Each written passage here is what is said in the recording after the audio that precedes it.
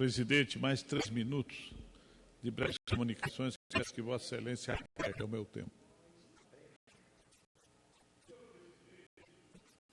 Senhoras e senhores deputados, venho agora a esta tribuna, senhor presidente, para fazer uma reflexão e, ao mesmo tempo, denúncias importantes a respeito do que aconteceu no nosso Estado, o fenômeno da cheia do Rio Madeira. As águas baixaram. Levaram consigo, é verdade, senhor presidente, esperanças, sofrimentos, desilusões e prejuízos incalculáveis aos ribeirinhos e aos moradores da cidade de Guajará-Mirim e, sobretudo, de Porto Velho. Várias comunidades desapareceram. Restam escombros, um rastro de destruição e nada mais. Percorrendo, como fiz no final de semana, a BR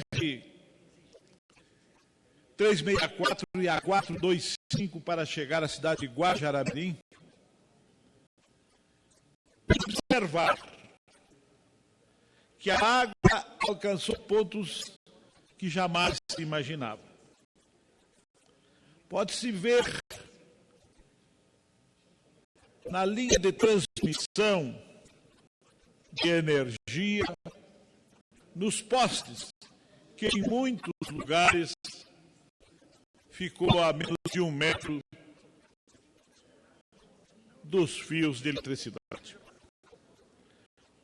A floresta, ao longo da estrada e por muitos quilômetros, é um espectro da morte.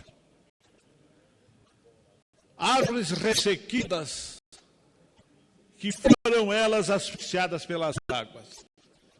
É um dano ecológico irreparável.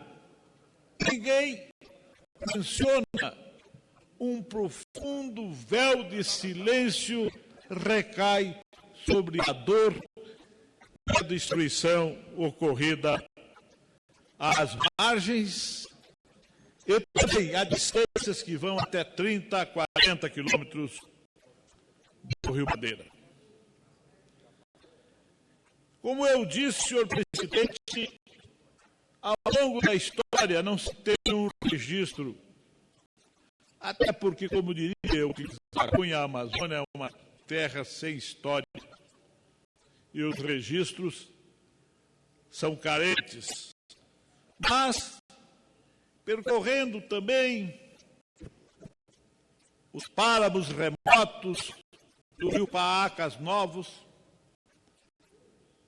pude observar, junto a várias comunidades indígenas, que suas roças, cultivadas desde tempos imemoriais, foram atingidas e destruídas pelas águas. Destruídas, senhor presidente, deixando os índios numa situação de penúria sem precedentes. Vi alguns caciques lamentando, chegando às lágrimas e ao choro, sentimento que eu nunca tinha até então presenciado, dizendo: deputado, nós estamos com dificuldade, estamos sofrendo, estamos com fome. Não existe mais a nossa produção, nem de arroz, nem de feijão, nem de mandioca, sobretudo mandioca. Como vamos adquirir uma lata de farinha de mandioca naquele momento? R$70, hoje em torno quase de R$100. Exatamente pela destruição das plantações ribeirinhas do Rio Madeira e de todos os rios da região. O que eu venho não é retratar o que se passou, senhor presidente, mas venho reclamar urgentes medidas que venham acautelar as próximas cheias, porque ela será cíclica, ela é cíclica. A chuva, a precipitação das águas na Amazônia acontece anualmente e já começa a se fazer sentir. Nesta caminhada que fiz de automóvel lá em Guajará-Mirim, pude ver que a água está ali, às bordas da BR-425, da BR-364. Com certeza haverá novamente interrupção do caminho do Acre, do caminho para Guajará-Mirim. Haverá novamente uma perda deste meio de comunicação mais importante do norte, que é a BR-364. Com absoluta certeza, se não for diminuída a cota máxima, e as empresas não têm interesse em diminuir, porque será menor a geração de energia, as águas voltarão. As águas, não de março, mas talvez, com absoluta certeza, de fevereiro, as águas do Carnaval. Por isso que eu, nesse momento, venho aqui deixar essas preocupações para que as autoridades, de maneira precavida, tomem medidas que venham evitar este dano brutal, que é o dano das águas imperceptíveis, silenciosas, que invadem as casas, os roçados, os pastos, mata animais silvestres e também os domésticos, como aconteceu na última cheia. Quero, neste momento, salientar que o prejuízo causado aos ribeirinhos, aos feirantes, onde a água subiu por mais de 3 metros, a feira é um ponto de referência, é um ponto, sobretudo, de comércio, das tradições de um povo, dos costumes. A feira foi tomada totalmente pelas águas. E os comerciantes foram jogados a centenas de metros de distância, onde não havia este ponto de comércio conhecido e consagrado pelas tradições, pela cultura da nossa população. As indenizações vieram de maneira parva, insignificante. Infelizmente, senhor presidente, receberam algumas migalhas, mas jamais foram reparados os danos na sua extensão para aqueles que sofreram com as cheias.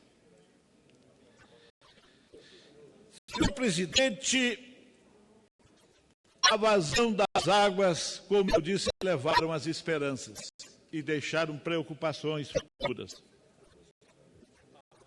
Reparação nenhuma. E agora, o que fazer? Esses moradores que perderam tudo e que não têm nada voltaram para as ruínas de suas colocações. E lá estão aguardando certamente a nova cheia, a nova distribuição. Lá, senhor presidente, nós queremos, neste momento, dizer do perigo que estão enfrentando. Estão eles à mercê da sorte. Mas que fazer se não tem onde morar? Se não tem onde ficar? Se não tem onde plantar? Era preciso imediatamente implantar um projeto de colonização para que esses ribeirinhos pudessem ter um novo local para plantar, para colher. Afinal, é o que sabem fazer para pescar. Mas não, nada se move nesse sentido. Por isso, senhor presidente, a reparação dos danos se faz necessária de forma imediata, E eu faço aqui, invoco o governo federal no sentido de que observem essas circunstâncias e situações e imediatamente façam o pagamento das despesas provenientes da perda de seus bens, suas casas, seus imóveis, suas plantações, e, sobretudo, que faça logo um levantamento de até onde a barragem pode ir, qual será o limite máximo para não ocorrer novamente um crime ecológico de proporções gigantescas. E tudo se silencia, tudo até agora fica incorreto sobre uma cumplicidade geral, sem ninguém assumir as responsabilidades, senhor presidente. É claro que as responsáveis maiores são os consórcios, são as empresas que formam esse consórcio. Não há dúvida de que elas deveriam ser chamadas à responsabilidade, como aconteceu em algumas ações civis públicas encetadas pelo Ministério Público do Estado de Rondônia e também do Ministério Público Federal. Mas, por ora, certamente vamos aguardar os próximos meses para depois correr atrás dos prejuízos.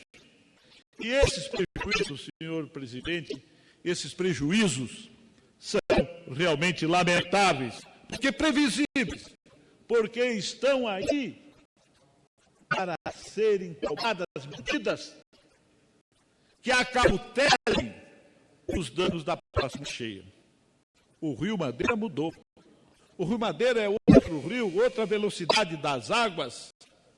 O Rio Madeira precisa ser estudado, observado nessa nova realidade. Senão, nós teremos novamente destruição. As águas do Rio Madeira, infelizmente, correm para o mar. Deveriam certamente irrigar este país.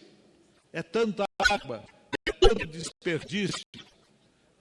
Nós queremos as barragens e a geração de energia, mas nós queremos, sobretudo, o respeito à vida, aos bens das pessoas, ao patrimônio das pessoas que moram naquela região.